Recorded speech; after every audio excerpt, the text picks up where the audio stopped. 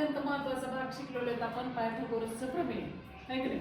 आता पायथागोरसचं प्रमेय शिकल्यानंतर मग ते पायथागोरसचं त्रिकूट आहे का नाही यासाठी आपल्याला सोप्या पद्धतीने मी सांगणार आहे. तर तीन संख्या दिलेल्या आहेत, 5, 12, 13. याच्यामध्ये मोठी संख्या कोणती आहे? 13. 13चा वर्ग करायचा. 13चा वर्ग किती? 169. आणि उरलेल्या दोन संख्यांचा वर्गाची बेरीज 169 आली तर समजायचं की पायथागोरसचं त्रिकूट आहे.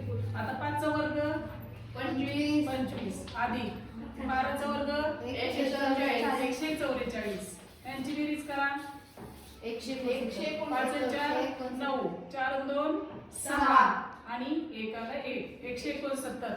म्हणजेच 5, 12, 13 हे पायथागोरसचं त्रिकूट आहे. आता बाकी दिलेल्या संख्या पायथागोरसचं त्रिकूट आहे का कसं तुम्हाला जर हे समजलं असलं तर सोडवा आणि कमेंट मध्ये सांगा.